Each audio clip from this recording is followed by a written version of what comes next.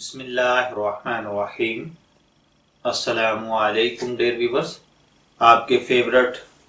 ازدواجی زندگی کے مسائل پر مبنی سیریز سے آپ کی خدمت میں حاضر ہیں۔ ہمارا آج کا ٹاپک ہے موجودہ بے راہ روی کا علاج۔ حضور اکرم صلی اللہ علیہ وآلہ وسلم نے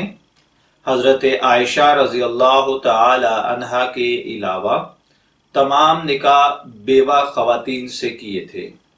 صحابہ اکرام رضی اللہ تعالی عنہم اجمعین کے زمانے میں اگر کسی عورت کا شوہر انتقال کر جاتا یا طلاق دے دیتا تو عدت کے فوراً بعد وہ دوسرا نکاح کر لیتی، اور ان کے مرد بھی بیوہ عورتوں سے نکاح کرنے میں کوئی عار محسوس نہیں کرتے تھے۔ اسی کا نتیجہ تھا کہ نہ ایدھی ہوم ہوا کرتے تھے اور نہ ہی اپنا ہوم کی ضرورت پڑتی تھی، نہ ہی دارالیتامہ کی ضرورت پڑتی تھی، نہ نائٹ کلبوں کے وجود کی صورت میں بے حیائی کو پروان چڑھنے کا موقع ملتا تھا، بلکہ دوسرا شوہر اگر پہلے شوہر کے عزیزوں میں سے ہوتا تو ان بچوں کو بھی اپنی تربیت میں لے لیا کرتا تھا، بصورت دیگر ننہال والے سنبھال لیتے تھے،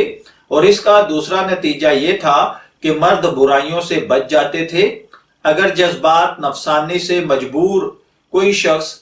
اگر کہیں نکلتا بھی، یا کوئی بیوی شرن معذور ہوتی یا کسی وجہ سے شوہر کے لیے مکمل ذریعہ تسکین نہ بن سکتی، تو دوسری یا تیسری بیوی اس کمی کو پورا کر سکتی تھی، جس کا لازمی نتیجہ یہ تھا کہ مرد کئی گھریلو جھگڑوں، جسمانی اور نفسانی بیماریوں اور کئی روحانی گناہوں اور برائیوں سے بچ جاتا تھا، اور ان سب کے علاوہ وعدہ خداوندی کے موافق رزق میں بھی وسعت اور برکت، اور یتیم اور بیوہ کی کفالت پر رضائے خداوندی جو دونوں جہانوں میں انعامات اور رحمتوں کی موسلا دھار بارش کا سبب بنتی ہے، وہ حاصل ہو جاتی تھی، اور خود بیویاں بھی اپنے شوہروں کو دوسرا نکاح کرنے میں رکاوٹ نہیں بنا کرتی تھی۔ اگر حقوق کی رعایت ہوتی، جن کے پاس خرچہ دینے اور الگ رکھنے کی وسعت ہوتی، ان کی نیت بھی بیواؤں اور متعلقات کی ہمدردی ہوا کرتی تھی،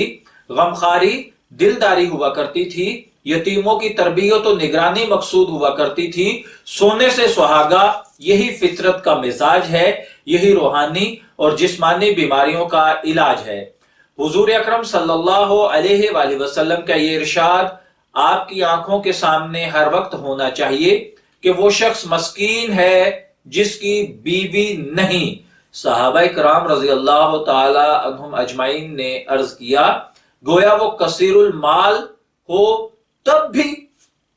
تو آپ صلی اللہ علیہ وآلہ وسلم نے فرمایا، گو وہ مالدار ہی کیوں نہ ہو، اگر بیوی نہیں ہے تو وہ مسکین ہے۔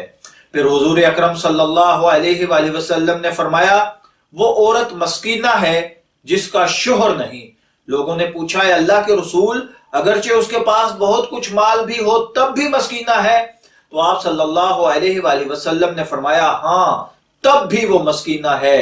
اسلام نے انسانیت کے لیے اور خصوصاً اس کے ماننے والے مردوں اور عورتوں کے لیے بغیر شرعی عذر کے غیر شادی شدہ رہنا کسی حال میں بھی پسند نہیں کیا، چنانچہ اس پر غیر معمولی اصرار کیا گیا اور اس قسم کی شدید وعیدوں اور الفاظ کو استعمال فرمایا گیا تاکہ بے حیائی،